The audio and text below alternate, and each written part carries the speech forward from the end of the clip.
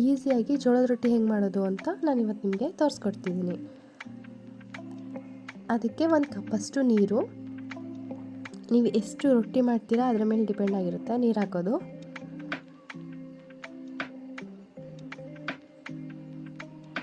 ಕಾಲು spoon ಉಪ್ಪು, ನೀರು ಚೆನ್ನಾಗಿ ಕುದಿಸ್ಕೋಬೇಕು. ಇವಾಗ ಕುದ್ದಿದೆ. 1 ಕಪ್ಪಷ್ಟು ನಾನು ಹಿಟ್ಟು ಹಾಕ್ತಿದ್ದೀನಿ, ಜೋಳದ ಹಿಟ್ಟು.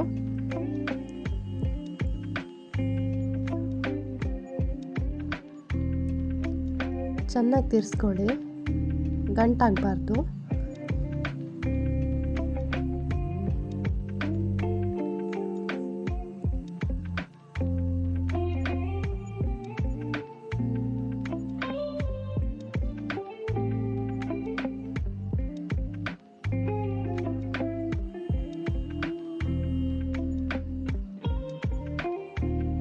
ನಾದ್ಕೋಬೇಕು.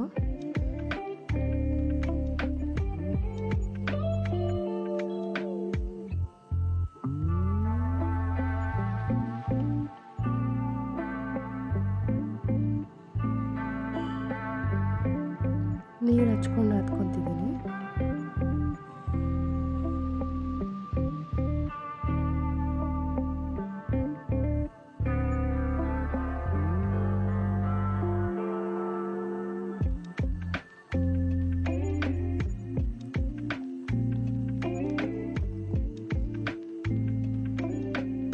ಈ ಥರ ಉಂಡೆ ಮಾಡ್ಕೋಬೇಕು.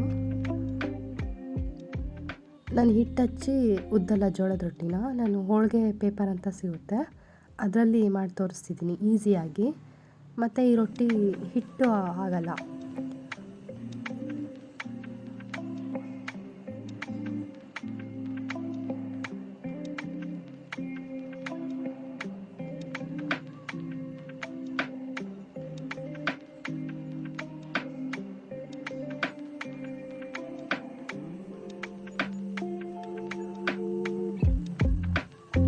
ಸ್ವಲ್ಪ ಆಯಿಲ್ ಹಚ್ಕೋಬೇಕು.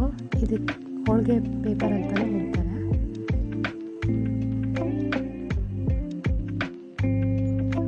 ಈ ಥರ ಉಚ್ಕೋಬೇಕು.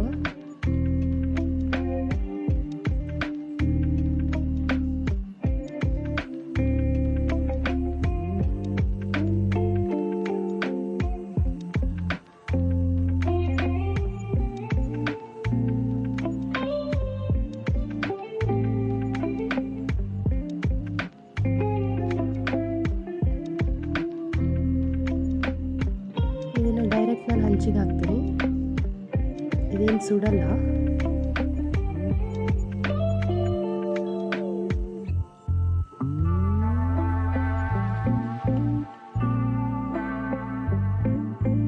ನಾನು ಇದನ್ನು ನೀರು ಹಚ್ಚಿ ಬೇಯಿಸಲ್ಲ ಹಾಗೆ, ಯಾಕಂದರೆ ನಾನು ಹಿಟ್ಟು ಹಚ್ಚಿ ನಾನು ಇದನ್ನು ಉತ್ತಿಲ್ವಲ್ಲ ಅದಕ್ಕೆ. ಕಾಟನ್ ಬಟ್ಟೆಯಿಂದ ಪ್ರೆಸ್ ಮಾಡಿದ್ರೆ ಪೂರಿ ಥರ ಉಬ್ಬುತ್ತೆ. ನಾರ್ಮಲ್ ನಾನು ಪ್ರೆಸ್ ಮಾಡಿಲ್ಲ ಆದರೂ ಕೂಡ ಉಬ್ತಾ ಇದೆ ನೋಡಿ.